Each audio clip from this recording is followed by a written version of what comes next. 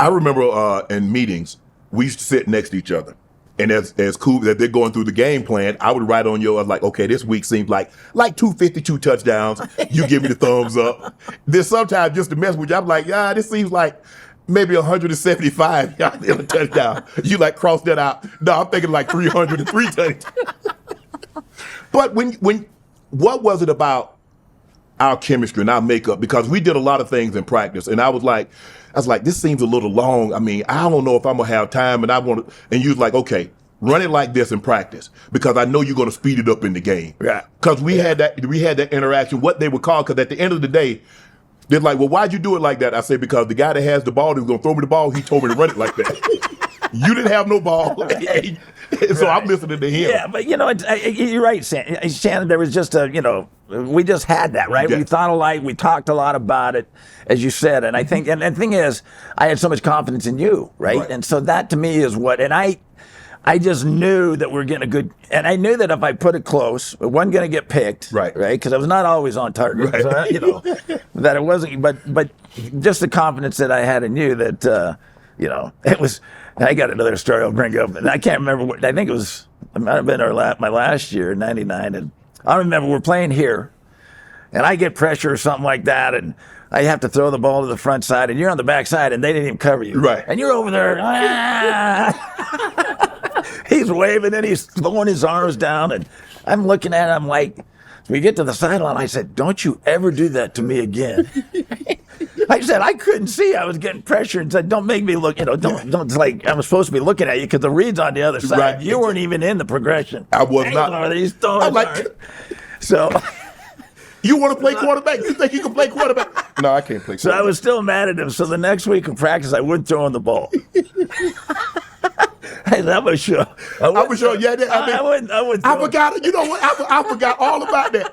That was absolutely right. I'm like, hold on. I remember asking BP. I was like, what the hell am I doing? I'm running all these routes. I'm supposed to be one in the progression. And he going 2 to 3. I said, this some bull jive, man. Oh, and so we get to Friday, and he is now mad. He's going to Brian Periano, the tight end coach, and then Brian grabs me and goes, would you please throw the ball to Shannon? I said, well, you make sure that he's not going to show me up in the middle in front of 76,000 people again. He goes, okay, no, he won't. I promise you won't. I said, okay, he's learned his lesson. Trash talk. Did you ever do any trash talk? Or do I did enough for everybody? You took care. You were great at it, right? And so you handled most of that. No, I didn't really.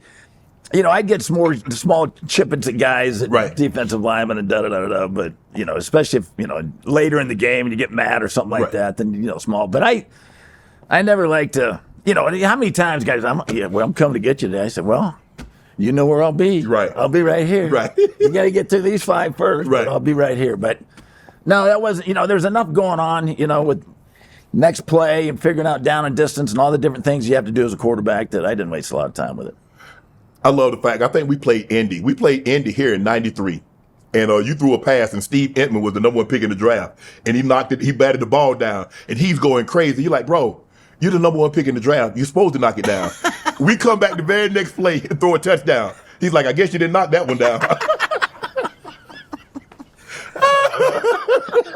I'm like, oh, my quarterback, you talking a little trash, huh? Oh, yeah. The Super Bowls. You went to 5, started 5. Which one was the toughest loss? Or were they all the same? The last one against the Niners, right? Because that was the third one, right? And so they got progressively worse, and we played progressively worse in it. And against the Giants in the first one in 86.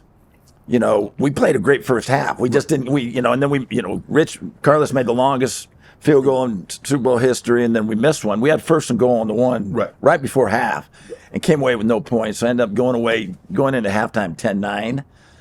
And so that one, we played really good the first half, and then the Giants just kind of steamrolled us that second half. And so that was disappointing, but it was all right. It was the first one. They were good. They beat us. And then the next year we go, and we're actually favorites against the Redskins. You get out to this great start. Y'all think you started, they led 10-0. We're up 10-0. First play of the game, we throw a bomb to Ricky Daniels, so we go up 7, right? And then there's they had kicked off, we had kicked off or whatnot. We got a fumble, didn't get it. And then it was like 19 plays later, we're down 35-10, right? So, And then we had we were probably 500 in 88. And then 89, we were playing the 49ers. And, they were like... They were a machine. They were a machine. And the funny thing is, we were in practice in Tulane. And back then, we just had the two quarterbacks, it was Gary and I. And so we'd split on when we're taking the offense. I'd go 4, Gary'd go 2. And then when scout team, Gary'd go 4 and I'd go 2. Right. So we're down in practicing at Tulane down in New Orleans. And, we're kind of tearing them up as a scout team. Right? Foreshadowing. And we're throwing these posts, right? Because our reads, we're reading it like we're supposed to. Right. And our reads, there's no free safety. And so, John Taylor and Jerry Rice are running posts either side. And so we're hitting these posts. And we're going, wow. And so Charlie, our defensive coordinator, Charlie Waters, gets in the huddle and goes, stop throwing the post. They don't throw the post, right? And I'm like, well, that's the West Coast offense. I grew up with that in college. Right. That's all we threw. And one of the first reads was there was always a built-in post somewhere. Absolutely. There's always a built-in post. And so there's no free safety. Right. That's your first read. I was like, uh-oh.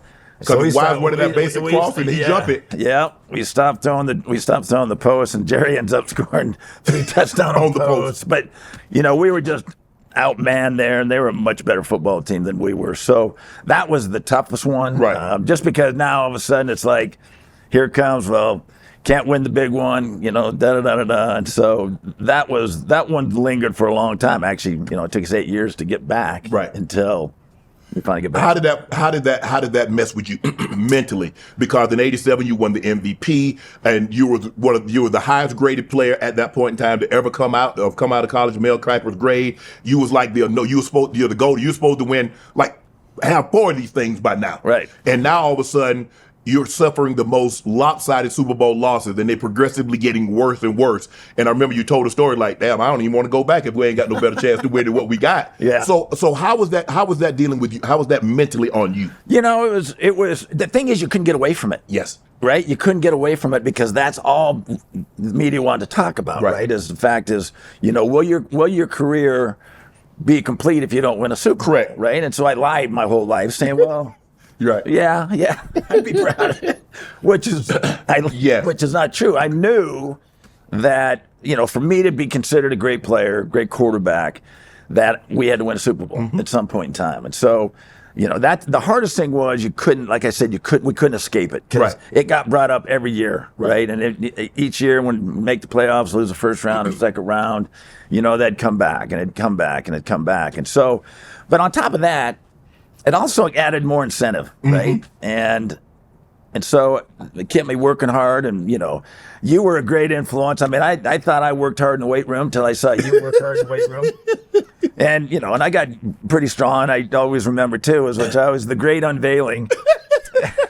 Every year. See, we never talked. They don't know about the unveiling. They don't know about that. They don't know about the great unveiling. Yeah. So we'd work out 4 times a week, and Shannon was in there. We'd all get in there both at the same time, and obviously he was working with a different group than I was. But he would always wear these big baggy shirts and long sleeves, da da da da. And so he'd just sit there and he'd work his tail off, and he'd just get like the Hulk. And so at the end of the off-season program every year. We called it the Great Unveiling, and that's when Shannon would take his shirt off and go and start flexing and show everything that he'd worked for the last 4 weeks. So that went on for my last 6 years. It was always, when's the Great Unveiling?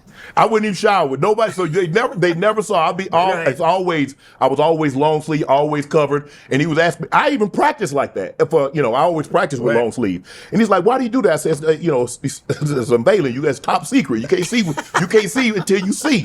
And then it's like, damn. He's like, what do you eat? Your dad be like, what do you eat? Do you eat anything? Because, I brought my own food and everything. I was always diligent about what I ate. I didn't have any sauces, anything like that, because I felt, with the work I put in the off season, I wasn't going to ruin it once I got back in season. So I stayed conscious of that. Right. But that was. Want to join Club Shay Shay? Become an official member by hitting that subscribe button, where you never know who's going to be joining us for drinks and conversation. Don't be late to the party, because we like to do something before 2 something.